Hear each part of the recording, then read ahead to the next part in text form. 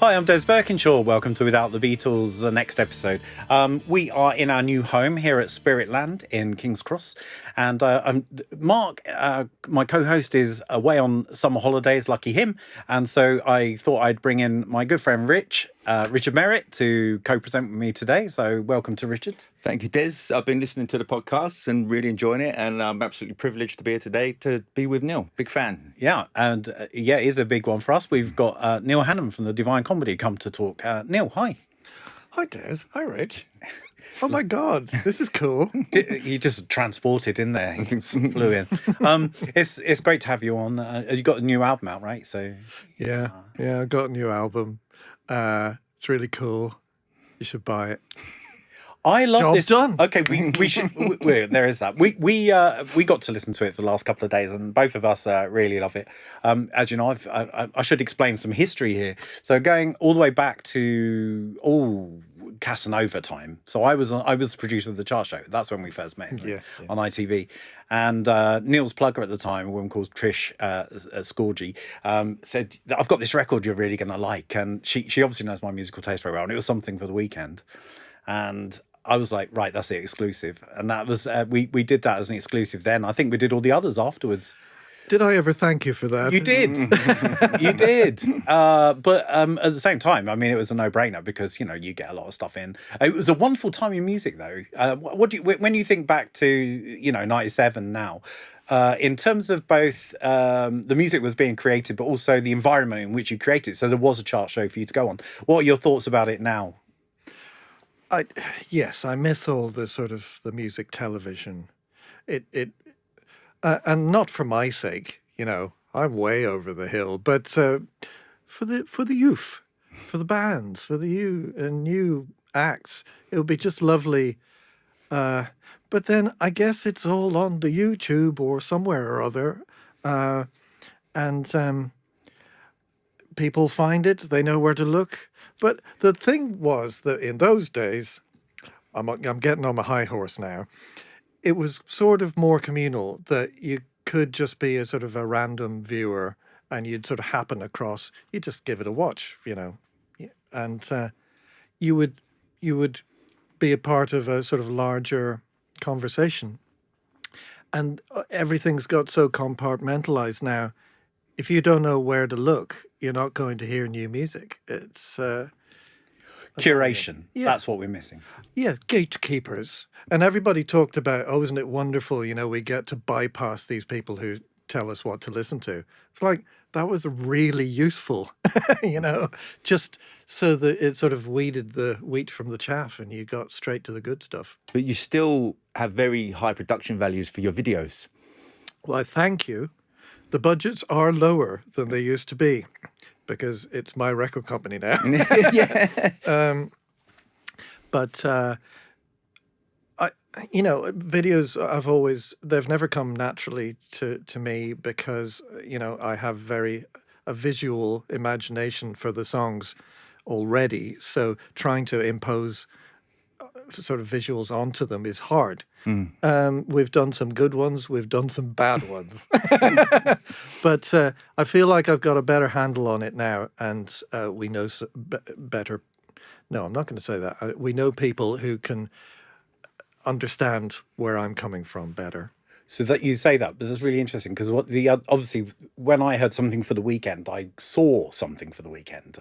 Trish was a video plugger, so ultimately, and then I went and listened to the CD. But that marrying up of that kind of very thin mod person you were at that point, doing a kind of 60s thing, wandering around Venice. Yes, with the tallest Italian model who didn't say a word to me the whole shoot.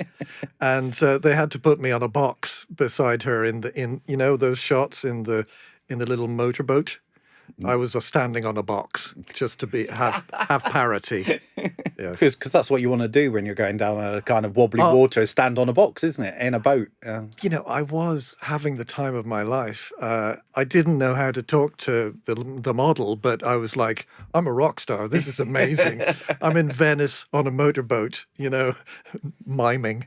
I couldn't believe when Casanova came out the difference, guys. I'd seen you supporting Blur at the end of '93, I think it was. Oh, wow. It was a long time ago. Yeah. And then my friend played me Casanova, and he said, "You got to wear this." He was a massive Scott Walker fan. He said, "Oh, you got to wear this. You got to wear this." And I was thinking, these are the guys that I saw supporting Blur. This sounds completely different. And with Blur, was that in the Forum? And I was just like one man and a guitar Yeah. doing.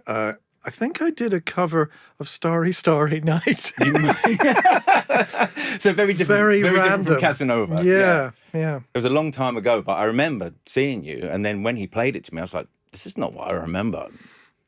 No, I evolved quite a good deal over those sort of early albums. Something for the Weekend was our first single, and we'd had 2 albums out before Casanova. Oh. But Keith Cullen from Satanta had refused to release any singles, helpfully. But in a way, it was helpful because it meant that I was under no pressure at all. I just kind of worked away and kind of got the sound right. Yeah. Well, that's interesting because I think in contemporary terms, you wouldn't get 2 albums to develop now, would you? Not At all, no. It's like one single if you're lucky. Yeah. No, the curation thing. This has really bugged me a lot because what I could see as a producer of the chart show is, they had those terrible I didn't get to design the show, I just produced it. So they had those terrible rundowns where they'd always play the wrong record before I got there, I think. And but if you put a song on for 10 seconds and people saw something for 10 seconds, they go, "What's that?" And you could affect the chart placings by having a 10-second clip. Yeah. I mean, okay, so every time you had the indie chart rundown, you'd play Erasure. But, you're right. You would just get those little snippets. And it was the same on Top of the Pops and various other things. During the charts, you'd have 20 seconds of something if you were lucky. But you'd go, "Oh my God, that's the best noise I've ever heard."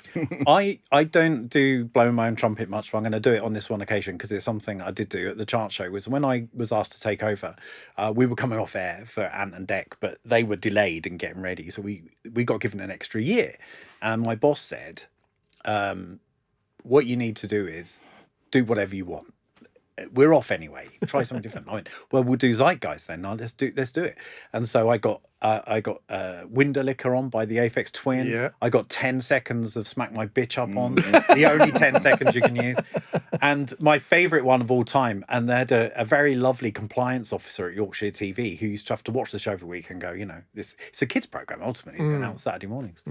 And the video was Not If You Were the Last Junkie on Earth by the Dandy Warhols, where they're all running around dressed in as syringes. Yeah. And I got that on, and she called up from Yorkshire and she said, "Is this a pro-drug song?" I mean, absolutely not. I mean, if you'd read anything... It's a pro-vaccine song, yeah.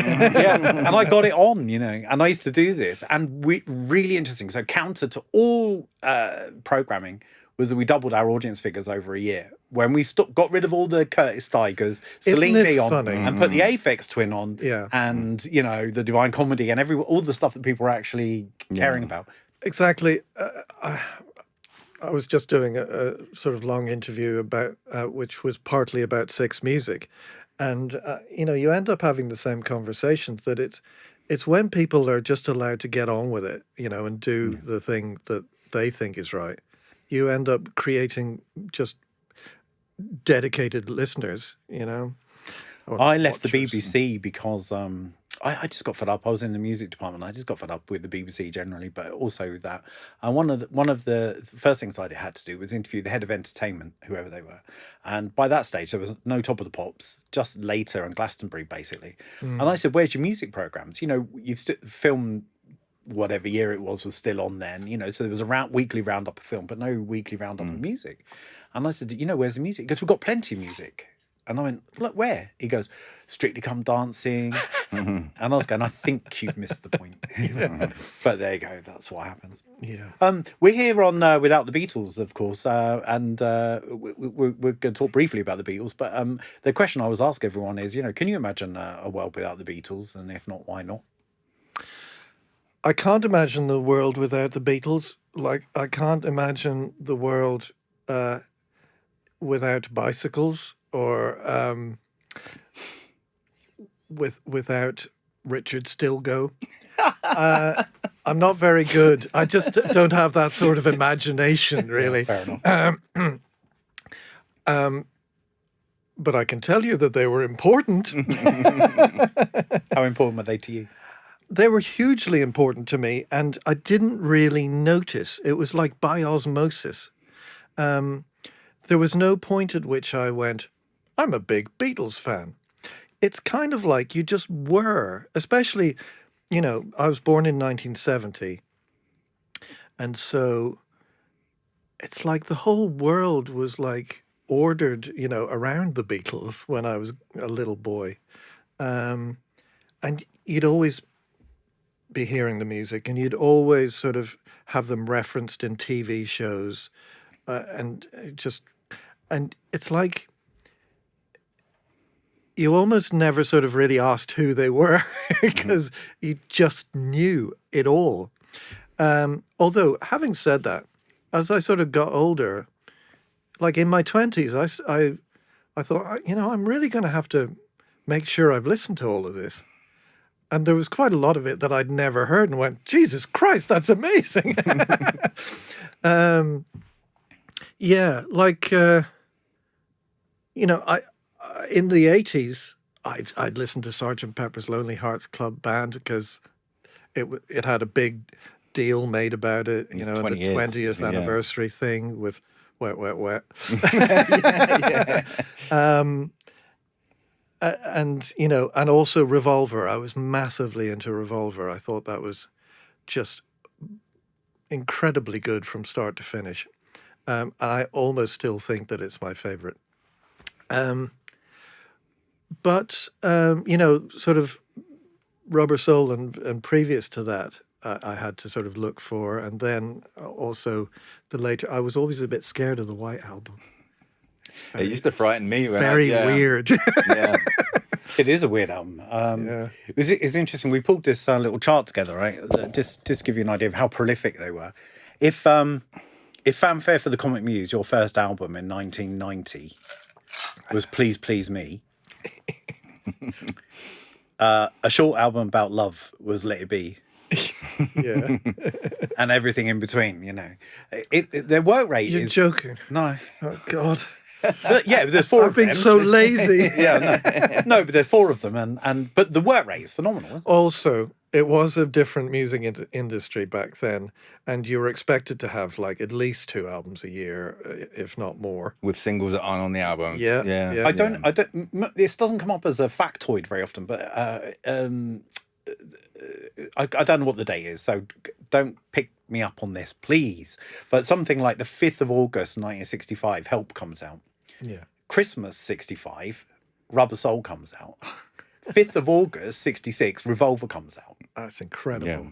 It's like 3 astounding records in the space of 1 year. Yeah. It's no wonder they all end up hating each other, wasn't it? Yeah. Well, I don't know. I mean, I was listening on the plane as well, just, because this is a good excuse to, listen to them again. And you think, what are the chances of certainly 3, and, if you're being kind, 4 really incredible, musicians sort of happening in this, just to be in the same musical act. And also the fact that, largely they were very good to each other and kind of supportive of each other. And, they wanted George to have a song on the record, maybe 2 towards the end, and even Ringo always got to sing one. Yeah. So. Well, I think he's a brilliant drummer. I think he plays for the song, right? That's what people say. Yeah, I mean, I don't know if he's a brilliant drummer because I'm not a drummer, and that's like a real failing of mine. I'm not very good in the rhythm department, but it certainly, he does things that you do not hear elsewhere. Tomorrow Never Knows. It's like dum dum dum dum dum dum dum dum, and and also Ticket to Ride. Yeah. Dun, dun, dun, boom, boom, dun, dun, dun, boom, boom, boom. And it's like, and I can't still quite work out if it's a true triplet.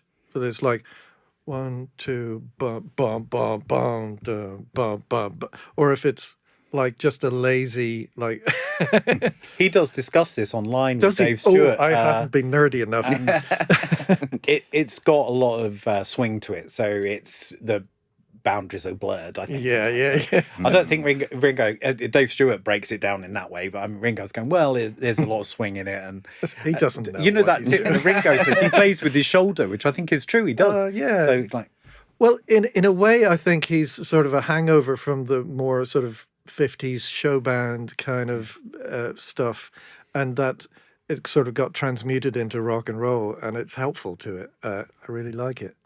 But I suppose he was just trying to ape what the down, down, down, down, down, down, down. So the guitar's doing that rhythm, and he's just trying to do the same rhythm, but they're all just coalescing.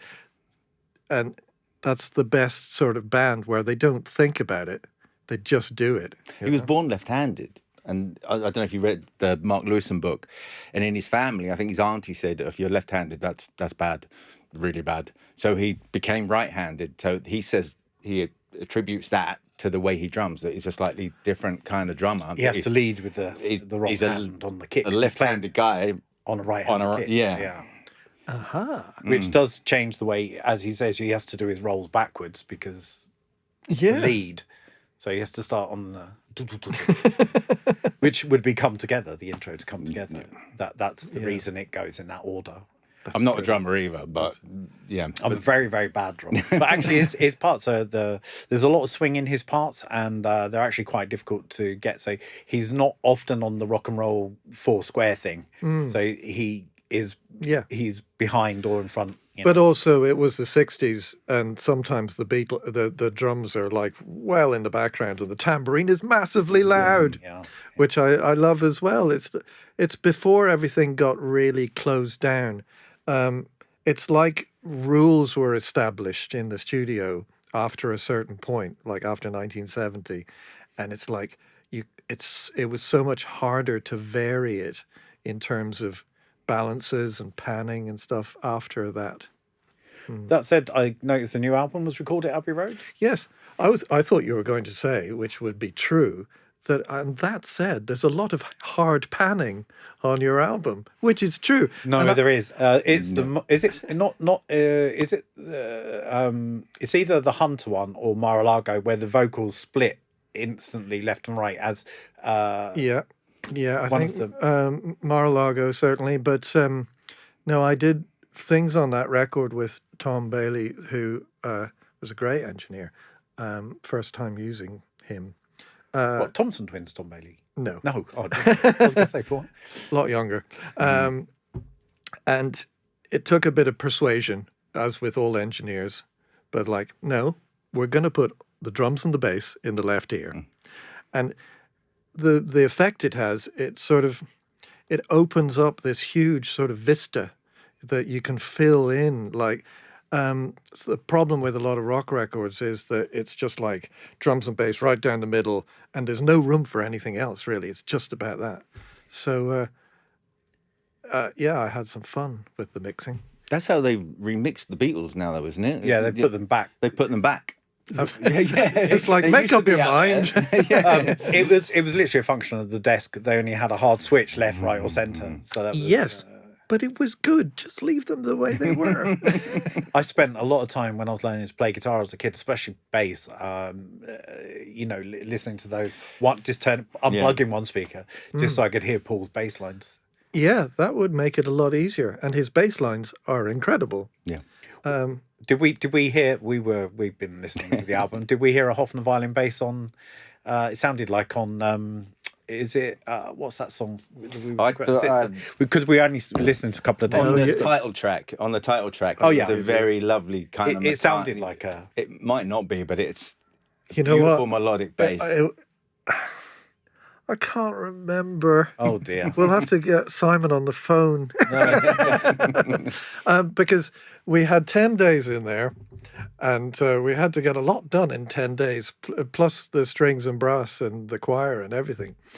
So we were recording basically live, the band. Wow. And in Studio 3. And there was a bit of like, "Nah, I'm not sure that bass works," but I couldn't even see him. So he just changed onto a different bass. But yeah, I'm a bit more. The only thing with basses is no 5 strings, please. If anything, take one of the strings off. You know. Yes, try and make it sound a little less sessiony, please. And no, I don't like round wounds either on bass much. I'm definitely a flat wound bass. Exactly. Yeah. Boom, boom, boom, boom, not gang, gang. Yeah. Exactly. Well, I mean, I suppose it's sort of everything in its right place.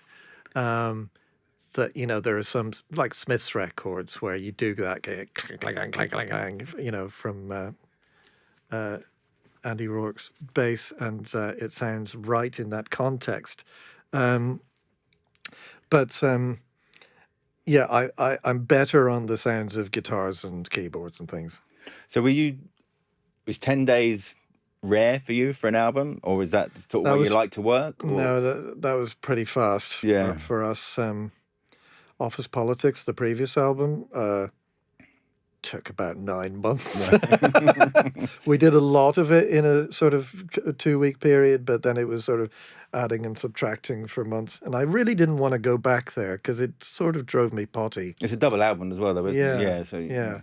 But it's quite a potty album, so it was all right. But on this one, I just tried to, tried to be a band. I've spent 30 years trying to be a real band. There was, I heard a bit of tape here, so I'm assuming it was on tape. Was it? God, don't say that. Tom will be, like up in arms. But I'm saying I don't mind his. I like his. I like his. Yeah. Yeah. Modern engineers are forever trying to tidy things up, and I just don't need it. Yeah. Yeah, it's only when it's an acoustic intro and there's a bit, you can just hear the room a bit, and then it's gone as soon as it's masked. Well, exactly. And it's the price you pay for using like mics from the 40s and 50s and 60s, which we did. And Tom sent it all through the old desk. Did you use the Echo Room at Abbey Road? They got the big plate. Yeah. Unfortunately, that was unavailable, but he ended up recording the plate in air. Right. But the old desk they have in Studio 3, but not sort of in front of you. It's to the side, just for looks, but they stuck it through. So we got all this sort of electronics and valviness sort of going on in that. But the room itself is just really nice. It's changed a lot, I think, since the 60s, but it's a nicely apportioned space, and a nice big control room. I remember interviewing Ian Brodie, who's obviously a huge Beatles fan, and he said something really surprising to me, because I said, I've been in there 100 times, but every time I go in there, the hair's on the back of my neck stand up. You can't, especially 2. If you go into Studio 2, it does. And he said, no, I don't get that at all. And I said, it definitely makes you play better, doesn't it? I've never made a mistake playing piano in there. He goes, no, it's just a room. And I was going, it's not though, is it? Boring. That's a very strange thing for a musician to say, because the stock in trade for all musicians is dealing in magic and or trying to create magic or something. And so actually being witchy about it and going, there's something in the air is actually quite important to the creative process, right? I kind of, I'm somewhere in between him and Kate Bush, who said it was all about the ley lines. And it's like, I wouldn't go there, but I do feel like, I don't know what it is, but you just kind of get a nice sort of buzz about walking in the front door, of a historic place. But it could be like the cathedral in Rouen or, any of these places. It's just, cool. Yeah, exactly. The magic of an atmosphere, which is there for sure. Yeah. I mean, it's not just the Beatles, of course. I mean, anyone who's interested in popular music, Oh, I it's know, everything, right? So Astonishing amount. Kate alone would be enough to make it one of my favourite buildings. Yeah, I mean, obviously, I should have brought Tosh Flood and Thomas Walsh along with me. The Tosh, who plays guitar with me, and Thomas, who did the Duckworth Lewis Method albums, and my God, they know their stuff about this. I met Thomas in the late 90s in Dublin, and I didn't know about Pugwash. He was just a friend of Jason Faulkner's, who I was working with at the time. And we spent a very drunken night talking about Beatles bootlegs. The whole night. And I had no idea about Pugwash. And he gave me the album the next day. And then he's a very talented guy. And when I found out you did an album with him, I was like, it's going to be good. And I didn't think it was going to be about cricket, but Yeah. Well, there you go. Yeah. You expect the unexpected. Abbey Road plays a part in our story too, Rich, because we met at a zombies thing, right? A Q&A for the zombies. Yeah. Because Odyssey and Oracle was done in there. Yeah. And that's one of our favourite albums, and we just got chatting in the audience. Yeah. I think they did it in Studio They did, 3. they absolutely did. Yeah. In 2. They did I it thought they did some of it in 3. Oh, they might have done, but they also just used all the leftover Beatle instruments, didn't they? Oh, yeah. Which is the thing, actually. When we got married in Abbey Road, one of the things that happened was the engineer brought out one of the TG desks just to engineer the sound. It sounded amazing. But the other thing, he wheeled out the Challen piano and the Mrs. Mills piano, and I thought I heard the Challen on the album. Or something. You did. But The Heart is a Lonely Hunter has the Challen on it. But just to say, at the wedding, there was all these idiots. I spent the whole night with people going over and putting pints on the piano. Oh, for God's sake. Can you get the pint off the piano, please? Which meant I had How to did they let you do this? No, you used it on The Heart is a Lonely Hunter. Yeah, and I think probably some others, but I can't remember which one specifically. It's very audible on Hunter. Mrs. Mills, I think, was elsewhere, but we had the no. I think the Celeste, which is on various of those records, we played that. But that's on Dogs and Horses as well, you know, because it was in Studio 2 when we were doing the orchestra. Yeah. So you got the tour coming up. Are there any of these songs that you think are going to be a real challenge for the tour? Yes, all of them. Well, it's funny. We start rehearsals tomorrow, and I'm dying to know what these songs will sound like. I mean, of course, having done them more or less live, we've got a good idea what they're meant to sound like together. But it's always slightly different with the sort of on-stage setup, because you have limitations. You can't tour with like a lovely big grand piano or anything like that. So it'll be interesting to sort of work through them, you know. Rainy Sunday afternoon. I keep saying lazy Sunday afternoon. Well, you wouldn't you? You know, it's easily So done. let's get this right. So rainy Sunday afternoon. It's out in September, and this is what, your 13th album as the Divine Comedy? It depends which ones you count, but more or less, yeah. Let's call it 14, so it's not unlucky. 14. We can add in Lewis Duckworth and Wonka, I suppose, as well. We didn't even mention Wonka. No. So I'm not doing it. That I'm not old doing, thing. Yeah. I'm not doing a clean intro at all here. Neil, your new album, Rainy Sunday Afternoon, is out in September. And I mean, it's your 13th solo album. Tell us a little bit about the overall feeling of it, and what kind of part it's playing in your creative life, you know. The overall feeling is that kind of woody, slightly sad, but kind of with underpinnings of hopefulness. Woody, it's sort of slightly vibrating in a pleasing kind of, I'm slightly sad, but I'm drinking a nice cup of tea, so I'm okay. That sort of vibe. Does that make sense? I don't think so. I find it very hard to describe the vibes of records because I'm me and they are me also. So I'm describing myself in a way. So there is a tendency in your songs, I think, you can see some of the songs are almost like mini novellas or something like that. Is that something? Is that an approach you take? Tell me a little bit how do you author your stuff, and or is it just something that you can only see in analysis afterwards? Well, yeah, I've sort of gone through periods of thinking just in stories and kind of not wanting to talk about the characters' inner lives, but just sort of saying something by what they do and like the action that takes place. And sometimes I just find it more poignant somehow. Like in Lady of a Certain Age, you're just saying what's happened. And you're not saying that this is good or bad or, like she is sad now. For some reason that feels sort of cloying, it's overly sentimental. It's more, emotional because you have, the music does all the sort of heavy lifting.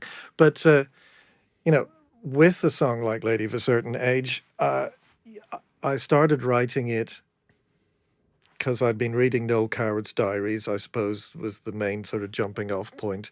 And there were lots of people like this in those. And I sort of got to the chorus and I realized I kind of have to finish the story, and I hadn't thought about that at the beginning. I hadn't planned it out like a good essay or anything. And by the last, well, I thought this is going to take like 3 verses. And it was very daunting. It was like being at the bottom of like the north face of the Eiger and thinking, how am I going to get up there?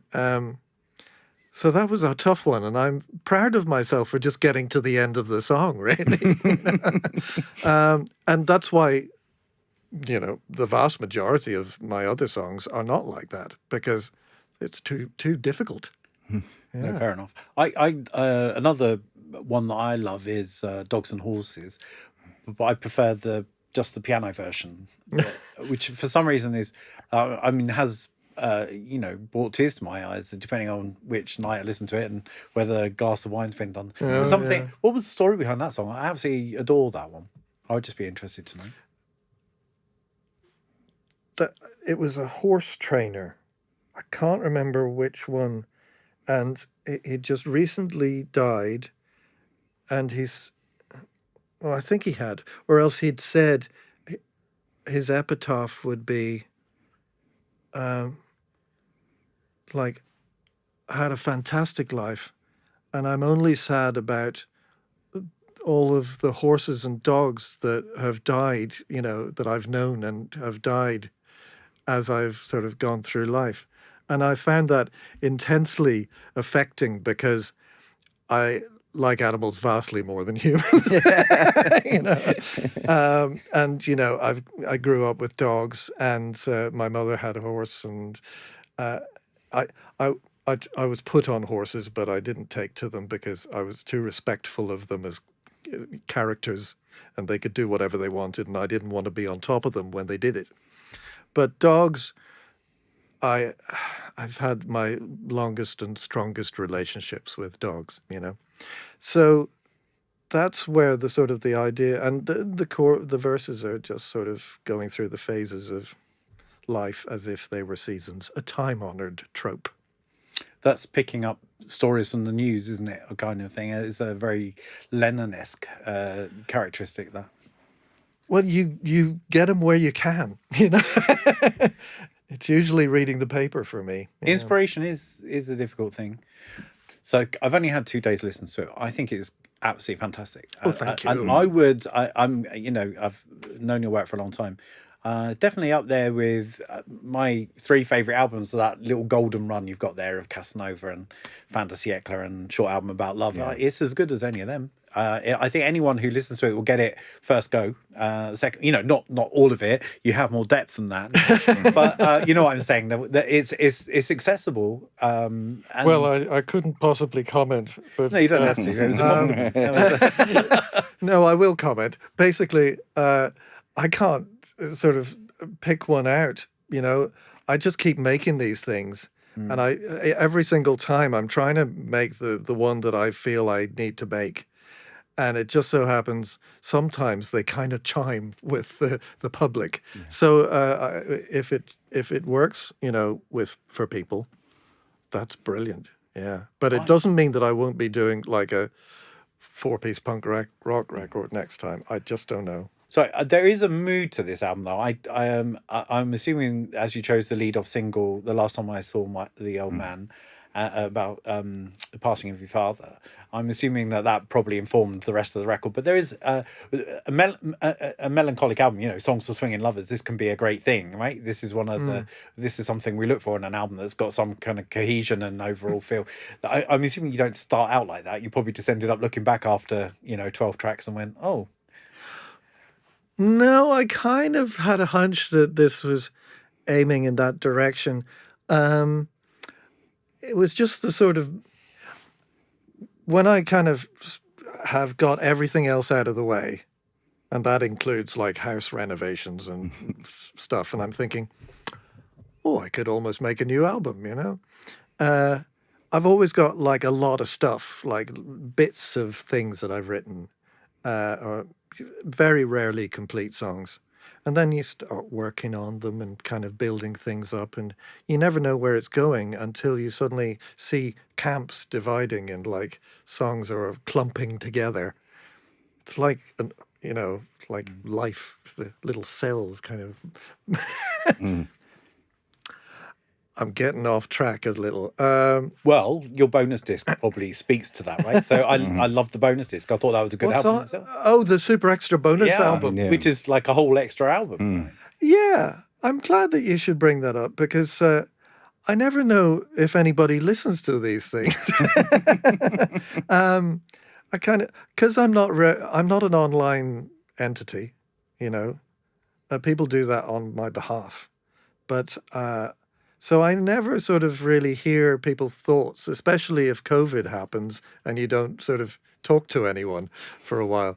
So it's nice. I hope people listen to that.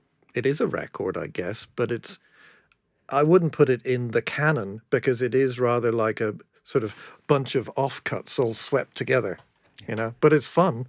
Well, I thought it hung together quite well. Yeah. Also, I love the fact you... finally gave in to the inevitable pressure and redid Perfect Love Song as a Beach Boys song. Yeah, and you know what? It's just not as good as the first recording. To Nigel's credit, Nigel Godrich, who produced Regeneration, I love all of my albums for very different reasons, but I go back to that one quite a lot because it sounds sumptuous. He really is very good, some of the songs I would debate, but the sound of it is incredible. And, I really wanted to do the Beach Boys, Beatles-y kind of version. It was fun to do, but I don't really think it worked. Okay, so if I think it's all it speaks to, I think, is how perfect the Beach Boys harmonies actually were. So although you've done the harmonies perfectly, it's that blend of their voices, that kind of the Four Freshmen kind of style. You can't sound the actual sound, the timbre of their voices together is so distinct. And also, we're just not very good singers. Well, that's not true. No, that's just not true. It's a beautiful arrangement. I do a thing with my voice, and it comes out sounding the way it is, but I cannot. And also, my voice was much more elastic in my 20s and 30s, and now it just won't go all crazy like it used to. So I am stuck now to being a sort of Scott Walker imitation for the rest of my days. You said you don't really follow what's going on online in terms of comments, fan pages, Facebook pages, and things like that. But I have to say, I'm going to need to read this, but there's a massive discussion about the man who turned into a chair. For the people that haven't heard it yet. For like what it's going to be like. Yeah. What a title. Well, it's the best song on the album. It's Be a great afraid. Be very afraid.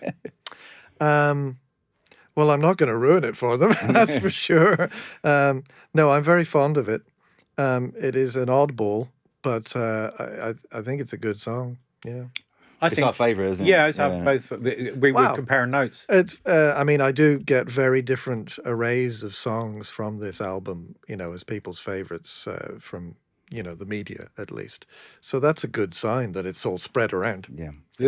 I mean, it's a no. Again, so like no spoilers, but it's the metaphor's good. It makes a lot of sense to me. Yeah. Well, I mean, I can tell people that it's about. Your wife saying, if you sit in that chair any longer, you'll turn into that chair.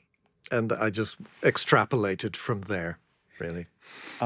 Also, we both, it's really interesting when you compare notes, right? Obviously, you could tell we kind of think fairly alike. But the first thing we both said was, it's about time someone reintroduced the concept of a male and female choir that sounds a bit like the Mike Sarm Singers or something. This has been missing from pop music for too long. I don't think people have been crying out for it, but well, they have been our street. Yeah, the Mike Sam Singers, the Swingles, or the Fifth Dimension kind of vibe. Yeah. I love it, and I mean, I tried to get them to sound more like the Mamas and Papas on Rainy Sunday Afternoon. Didn't quite come off, but you can't have it all, hopefully when you sort of miss the mark of what you were going for, you end up with something kind of original. Well, this is the nature of inspiration. I think this is where we could talk about the Beatles as an impact on people, because we interviewed Jacob Jeffries from Wolfpack recently, and his music doesn't sound like the Beatles at all, but he's literally obsessed by them, right? So and it's always in the back of his mind. How do any of your influences actually impact on you as a writer? What's that writing process? Well, I mean, the Beatles are so important because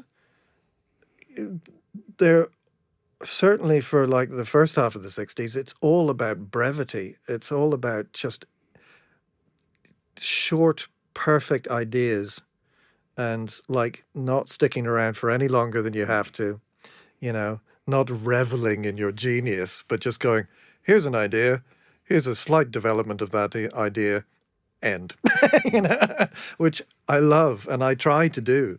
That's the influence, the brevity. But you take different things from different people, and I'm sure they took different things from different people as well. That's one of the wondrous things about them as they developed through the late 60s and sort of let other sort of very diverse influences kind of just play havoc with their songwriting. I think one of the things, when people talk about your music, they don't usually talk about Beatles. It's Scott Walker, it's the orchestrations and things like that. I think one of the things with your music that gets ignored is your guitar playing. I think when you're talking about what you were just saying then about simple, keeping it economic and playing all just the notes that are needed to be played. If you think of like the Alfie guitar solo, it's come on, and you're playing this fantastic George-esque solo where I always think a guitar solo is good as if you can sing it. If you're just wiggling around on the 10th fret. I wish that I could have, known enough at the time to go, I want this to sound like a George solo, and just to have like a 3-3-5 or like a duo jet, which is in there, through a little, just a little tube amp, kind of really, turned up very far too loud, or ripping the Ray Davis. Do the cone. Rip the cone. But nobody I worked with knew any of that stuff, and I didn't at the time, so it ends up sounding like a 90s guitar solo. But the notes, what I mean is that you're not overplaying it. It's no, and but I'm not a good guitar player. I enjoy playing guitar, and I know all the chords, and that's the main thing for a songwriter. Um, and but when it came to solos, I knew kind of what I wanted, and that Alfie solo probably took me like weeks of just going over it again and again. Just like George. Can my fingers do that? And back then, I had nothing else in my life.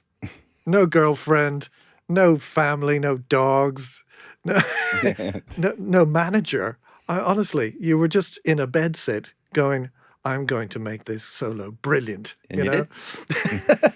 But another one like that, I would say, in one of your heroes, Jeff Lynne. If you think about the Mr. Blue Sky solo, that's just enough. It's just enough. Yeah. Yeah, I know. And yeah, I do like guitar solos that don't have too much widdly nonsense.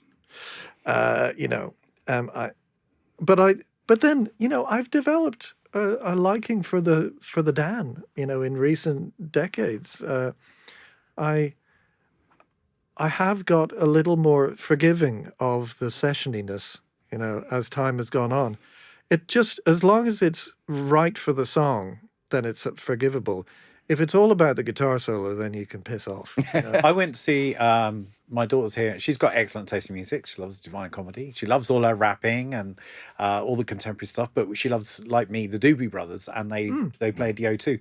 And while Skunk Baxter isn't there anymore, of course, who was also most of those solos in Steely Dan, Pat Simmons is still there, and he was whittling, and it was fucking fantastic. No.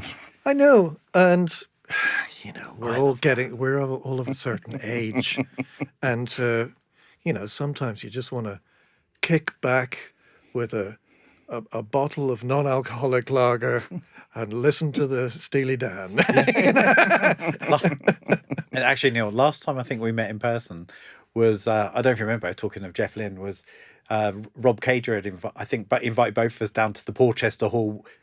Oh yes, That Jeff Lynne's coming back to playing, and he does the whole ELO in Porchester Hall in South London. Wow. What was it? 300 people. yeah, I that think was both incredible. of us I think you said you were a bit fuzzy, and I said, well, I'm fuzzy too. We were both fuzzy because at the end of the gig, because it was just amazing. Imagine seeing That one was this. Oh Yeah, I well, remember thinking, 8 years ago. it can't be real. I'm not sure this is happening. I've slipped into my dream.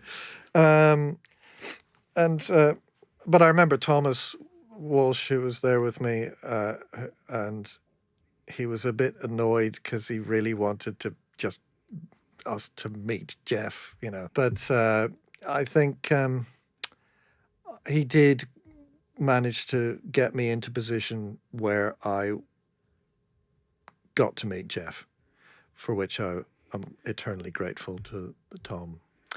And I was a little bit kind of wobbly, I must admit, and I don't usually get wobbly. You know, It's not just ELO, is it? It's the move as well. I mean, the move stuff is good, you know. yeah. Well, not for me, but you can have that opinion. Neil, I've got a credit on an ELO album. Have you? Got an actual credit. When I was at the BBC, Rob Cager, who was handling all the ELO reissues, so there's the Holy Grail for us is, it's been lost forever, is the first BBC ELO concert with Roy and Jeff. And I said, what do you mean it's lost? And he's going, it's lost, and it's been looked for 30 years, you know. And let me have a dig. And I did the thing of checking with Australia and see if anyone had a transcription disc or anything like that, and eventually found a transcription disc in the library in Australia, which they completely reissued. And so I get a credit, and I got a fax from Jeff saying, you know, thanks so much, Des, you know, and then he invited me over when I went to his house in LA, and Oh God, everybody's Jeff's best mate apart from me. we jam living thing together, and Lady Madonna. I'll show you. I've got a picture. Shut up. No, it was mad. I was telling him, he was telling me about working with the Beatles, right? And he said, because he saw them, you know, the famous story being catching them at the White Album, and it being like, why don't we do it in the road? It wasn't very impressive, you know. And then working with them on Anthology, he said there was a real absolute. It wasn't the same when you were one of them, but when all three of them together, it was some kind of magic force thing happened, and then that was his story. And he goes, "You ever work with Paul?" And I was going, "I have, yeah." I said, "We jammed together once, and we jammed Lady Madonna together." And he was going, "You're joking?" And he's going, "That's my favourite." He goes, "Come out into the hall." And we went out to in the hall, and he's got an upright. Because you play Lady Madonna, and he'd had a double bass fretted. So he could play double bass. He goes, "This is what I love to play. I love to play them. Come on, off you go." So I'm sitting there, Lady Madonna-ing, and his girlfriend at the time was taking all these pictures, and so kind. A couple of weeks later, I got in the post. Jeff sent me over the photos, going, "Here's some photos, a reminder of that evening." Oh. I never spoke to him ever again, but it was a wonderful experience. Can you imagine? Because I'm as big an ELO fan as you. So Yeah. Well, now I'm going to have to blow my trumpet. He said, "Good tunes," to me. That's all I needed, really. that's a Career finished. You did Mr. Blue Sky, didn't you, at the Royal Festival Hall for the short album? Yeah. I remember that. These things are almost impossible to do properly. Even Jeff's ELO had trouble recreating these, live. But we gave it a blast. Yeah. Oh, that was great. That was great. That was right at the height of it, wasn't it? For you then. Do you want a silly story? We had Pinky Bates on the sort of Hammond. He would do the vocoder thing. Mr. Blue Sky. When we did it in Paris, the radio was recording it, but they didn't know it was meant to be a vocoder, and they were just taking the straight feed from his microphone. So in the middle of this fantastic, beautifully orchestrated version, you have Mr. Blue Sky, Mr. Blue Sky, because he knew it was coming through the vocoder, so he didn't have to sing in tune. For the uninitiated out there, a vocoder is you talk into the microphone, and then play, and it makes that distorted sound, right? But then you play the notes, so you just talk into it. So that would be absolutely disastrous, isn't it? Yeah. It was hilarious. He never lived it down. Oh my goodness. We had tickets for that final ELO show the other week. My sister went to the one a couple of days before. That's when she caught his that arm one. weren't working, was it? For that no, one? Yeah. I think he was pretty ill. Yeah. Can we send our best? Yeah, we can send our best to Jeff, who's been an inspiration to us all. Let's take a couple of names there that have come up today. Scott Walker, ELO, the Beatles. Who influenced you the most, and in what way would you say then? Probably Nick Kershaw. Okay. Well, for the chromatic guitar solos. Yeah. You go through phases, and the phases maybe are about 3 months long when you're a teenager. Like, this was maybe when I was 12 or 13. I'd never really sort of been buying records up to this point. I was just watching Top of the Pops and listening to Radio 1 and getting the odd sort of record for Christmas. But the first person that I really became a genuine hardcore fan of was Nick Kershaw in like 1983 or 4. And looking back, Clothes, not so good, if he'll forgive me. But the songs, he was a great songwriter. Human Racing, I bought Yeah. that. It's a great song. It's a great. Yeah. No, the The song- album I know, is a but the brilliant actual album. song- But the Yeah, song but- itself, Yeah. it's all in there, every last note of it. But then, within a year, somebody had given me a tape of like Under a Blood Red Sky, and suddenly I was a U2 fan, and Nick Kershaw was dead to me. Yeah. And Scritti Politti was. I had both those albums. I was a and huge Scritti fan. Cupid I was a Psyche. huge fan. Songs well, I love that album, but the one before, Songs to Remember. Songs to Remember, Yeah. the more indie rough trade one at Beggars Banquet. I love that album. He lives around the corner from me. I see him walking down the street. I've never had the courage to say hello. It was like, I bought your first album. He gave me sort of confidence that I wasn't barking up the wrong tree. He was in Smash Hits, and they had a thing of like, it was coming up to A-level time or O-level, and they said, "What have your favorite pop stars got in their, what did they get in their exams?" And like everybody was like, C in woodwork, And then it came to Green, and he'd like got 10 O levels and 3 A levels and had a degree at university. It's like, oh, phew. So, you don't necessarily have to sort of, it wasn't either this or working on a building site, Yeah. Well, that's an interesting thing in itself. Yes, we're not getting any younger, but also I feel, although I listen to a lot of new music still, I feel that there's a certain literary quality that's missing now. So there's no, I mean, which not just in imagery, but also structure. So there'll be no literary devices and rhetorical phrasing and things like this. This is missing a lot. This is where it's gone. But it's quite interesting that I got real classic vibes from this album. Like the way the repetition of "I Want You." I thought that was a fantastic song as well. I think lyrics are a lot easier than poems. Putting music in really helps bring words out. But I hasten to add that my O levels were okay, but my A levels were apocalyptically bad. I'd just gone to see REM in Dublin, and I went, well, that's it. I don't need exams. And then I never went to university. So it's like I feel like I've got the knowledge as how to write things well, but I don't know sort of what to call the devices, No, that's true. But on the other hand, we were discussing this earlier. A lot of the younger people I know are not reading in the same way that, like, generationally we were. So I think there's probably even the people who didn't do so well in their exams. I can think of 3 people straight away in my head who I know didn't do that great in their exams, but are incredibly well read now, and they're not the same at 50 as they were at 15. Interesting. Yeah. No, that definitely makes a difference. I was never a great reader, a fast reader, but the books that I did get through, they meant everything to me. I feel it's not so much about sort of whether you're reading the right books or watching the right films or any of this.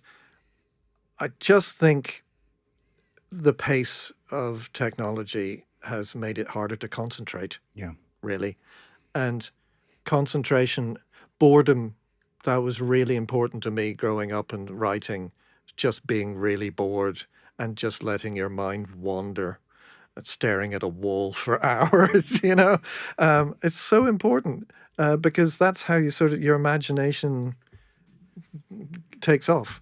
And if you're constantly, this is something I worry about with young artists, they're being bullied into having an online presence, and you're always having to post stuff. They shouldn't have to do that. They should be writing songs, not sort of taking videos of themselves. It's first things first. Write good songs. Then everything else should. Other people should do that stuff for you. I have to admit and confess, listening to the album when you sent it to me yesterday, the first time I'd actually listened to an album from track 1 to track 11. It's a long time since I've done that. Oh yeah, because I make playlists, or if I don't fancy a song too much, I'll skip. And it was really nice to actually sit there and actually listen to what would be 2 sides, 11 tracks from 1 to 11, and actually listen to it. Do you not find that vinyl plays a role in that? So I've gone back a lot to vinyl because it's too much of a factor. Change it so you get a whole side, right? So you're gonna at least listen to a side. But because we were doing this, I listened. I didn't just have it on and was making the dinner or anything like that. I sat there and I listened to an album, track 1 to track 11, and I listened. And I can't remember the last time I've done that. Well, it's good to hear because that's how I envisage people listening to my records. I rarely think about them just listening to one of the songs at a time. Even if I can't tell anybody how to listen to my records, but I do write albums as, articles in themselves with ebbs and flows. So it's cool. Yeah. Everybody should do that. The other thing that comes out, apart from the melancholy, that makes it sound like it's an emotional melancholy, but I think there was a societal melancholy in there as well. I mean, you're clearly referencing Musk and Trump and various other people, without it being overtly, you're not Yeah. a new model army, are you? But, but No, there's nothing. I mean, I did all my ranting on the last album, so I didn't want to do that this time. But this stuff just bleeds into your writing if you're being honest, and I didn't want to censor it out. Yeah. Mar-a-Lago by the sea, you genius. I love that. I mean, that's great. Also, what's the percussion in that? Is it an old drum machine or is it actually making it manually? Oh, thank you for asking. I recently became a fan. I'm not sure if I should mention the name of it. This app that you buy old gear on, the one. And it's like, I'm glad I didn't find this, years ago, because I went a bit crazy on it. It's like, oh my God, it's an original Roland C78 Compu Rhythm, the first programmable drum machine. And I bought it and had it shipped from Spain, I am proud to say. And it was expensive, everybody, expensive. So that's the drums from In the Air Tonight. It's also the yeah. drums from John's last demos. That's what he had on his piano when he was doing all those. And Jealous Guy, Atomic. Just like tons of the songs around there. Oh, wonderful. And I did want to get it on the record. I'd spent all that money. And Mar-a-Lago was the perfect sort of opportunity because I thought I wanted it to sound like this slightly sour sort of little cabaret outfit in the corner of the resort hotel, So, I tried to make that sound as nauseating as possible. It's great fun. I have to say something about all the pretty lights. Oh, yeah. You're not allowed to do it now, but my parents used to take me and my sister out of school one day every December and take us up to London. Oh, yeah. I don't want to give any spoilers away about the song, but it sounds like you had a similar experience. It would be Hamleys and lights and... Well, I mean, it was a bigger deal for us simply you had to because fly. we were in Northern Ireland and I think the only times we'd travelled were to like a caravan in Kerry, for family holidays. And so suddenly it was like when I was talking to my mum about it recently after having written the song, she said, "Oh yes, that was for your cousin's christening." Oh, I had no idea why we went. Oh yeah. Shout out to Francis. It was a really big deal for me, and probably it will always be the most exciting event of my life. Because things are at that age.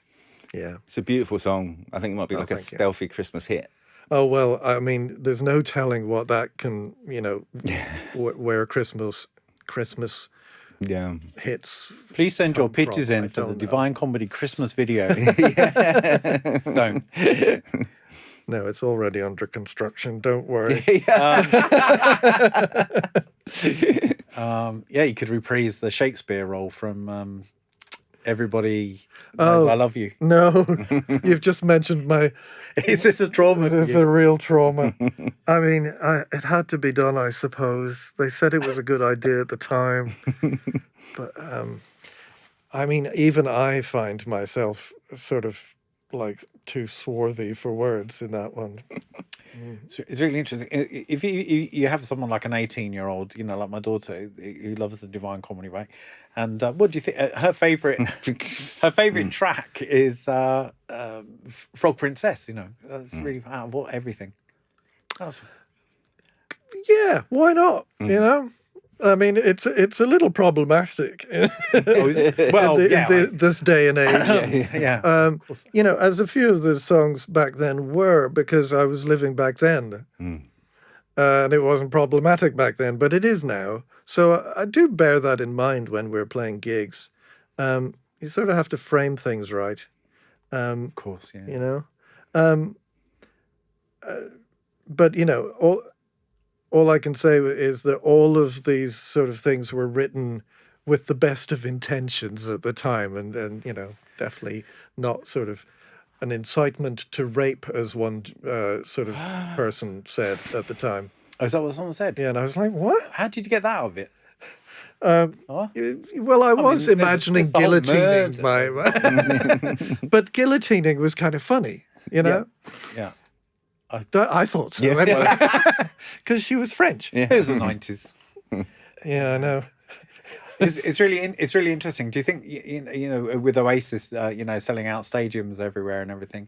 Do you think we're just getting to that stage now where that kind of mid-90s period is due for a complete reappraisal?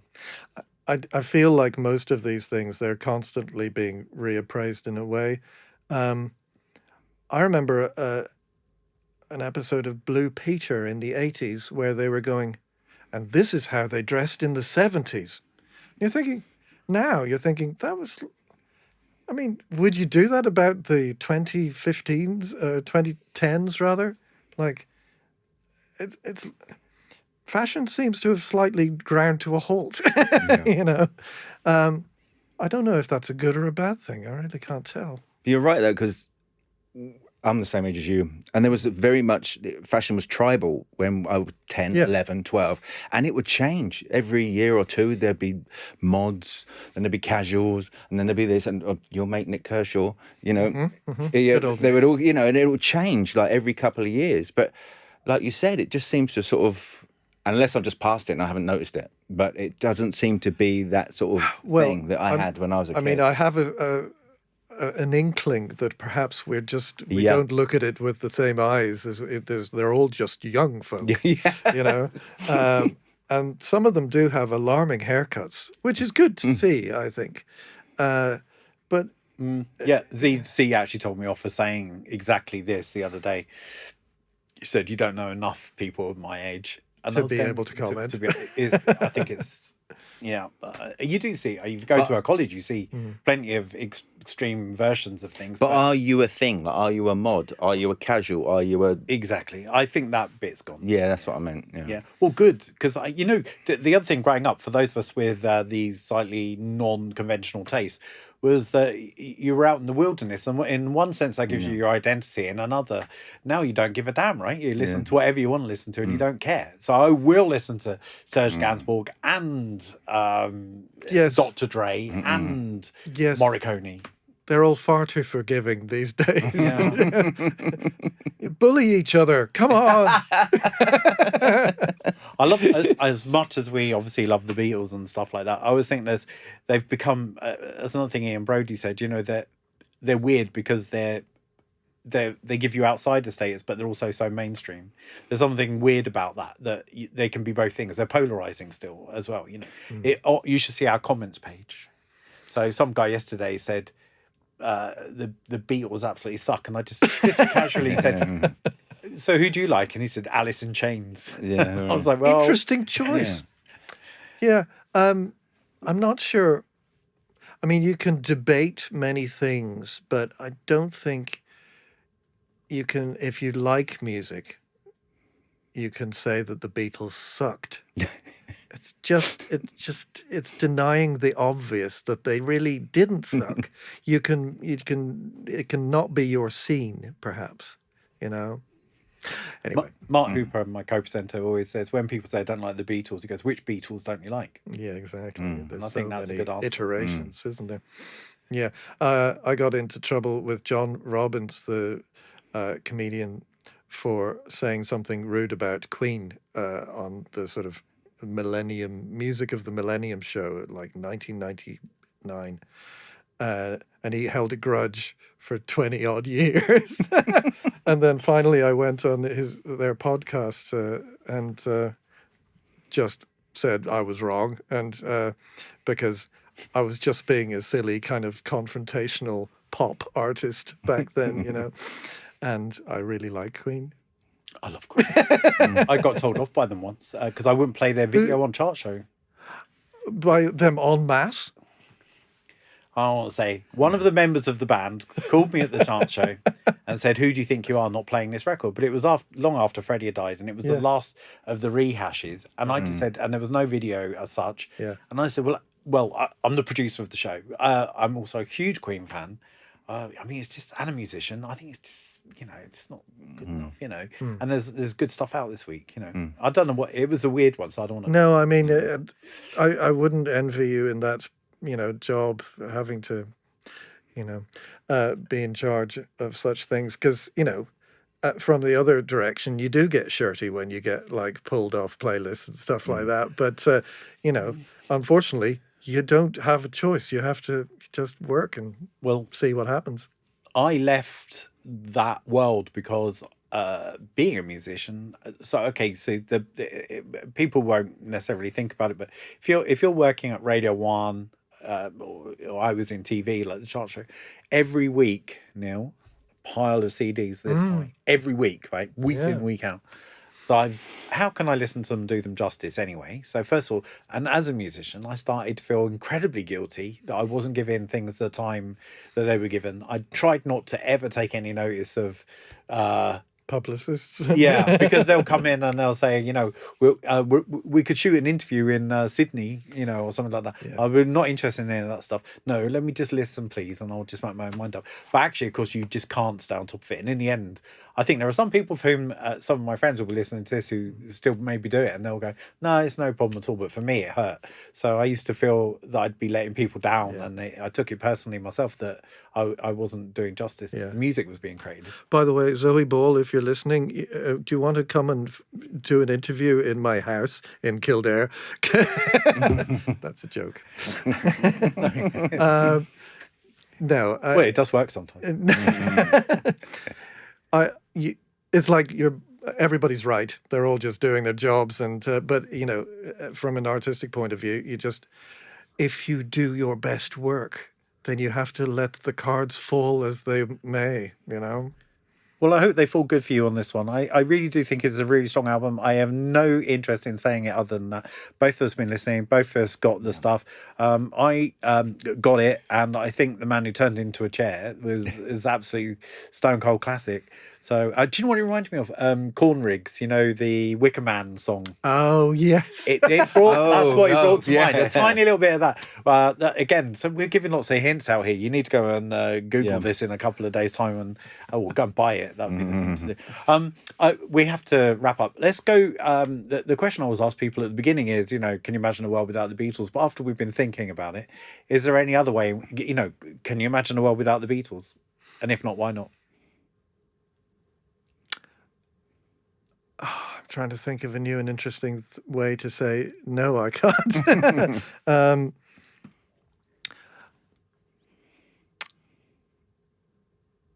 I can imagine a world without menswear. Not the Beatles. Is that all right? That'll do. Although and they were fun. They were fun. Follow-up question. In that you have taken some stuff from them, who are you most like out of the Beatles, and who would you most like to have been out of the Beatles? Because they may not be the same answer. God, that's crazy. So, who do I most like? Yeah, who are you most like? Did you say? Yeah, who do you most like, and who do you think you're most like? I mean, I have to not try and be clever. I am a McCartney, I always found John Lennon, his, acerbic wit was a bit kind of, it offended my middle class politeness sometimes, But obviously that doesn't mean I don't think he was a fucking genius, But Paul McCartney is more sort of just a brilliant tunesmith, and such beautiful things he created, and I cannot imagine a world without those tunes. Mm-hmm. And who would I want to be?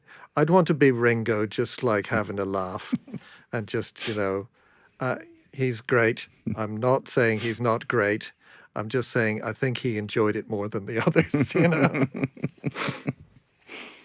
Okay, well, Neil, it's been an absolute pleasure, and I hope the album does well. Lovely. It was great to be with you both. Thank you, Neil. Rich, thanks.